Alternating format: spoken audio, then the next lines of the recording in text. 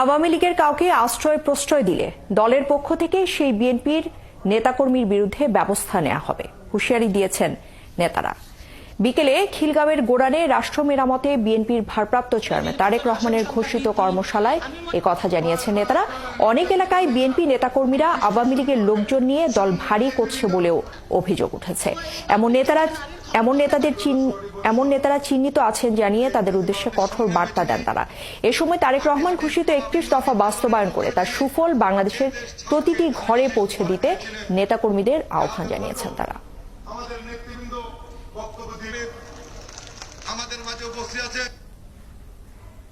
আপনারা যখন যাদের তারা নির্যাতিত হয়েছেন এখন তাদেরকে আবার প্রশ্রয় দিবেন, এটা কিন্তু আমরা মেনে নেব না। এটা ব্যাপারে আপনারা সাবধান থাকবেন। ওইখানে যত বড় নেতা হন কোনো ছাড় দেওয়া হবে না। কিন্তু ওই যে কথা একটা আছে না, জোরের মায়ের বড় গলা, ওটা যেন না হয় ভাই।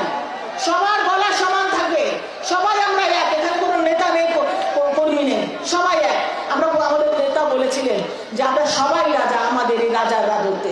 যারা কোনো ধরনের অপকর্মে জড়িত থাকবে তাদের জায়গা এই বিএনপিতে হবে না প্রিয় বন্ধুরা।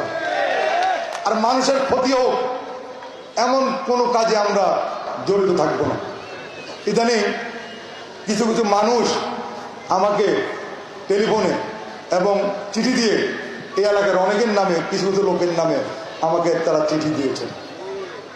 আমি আপনাদেরকে আজকে বলতে চাই সুন্দরভাবে, যদি কোনো অপকর্মে কেউ জড়িত থাকেন তাহলে কান ধরে তওবা করে ওখান থেকে ফেরত আসেন।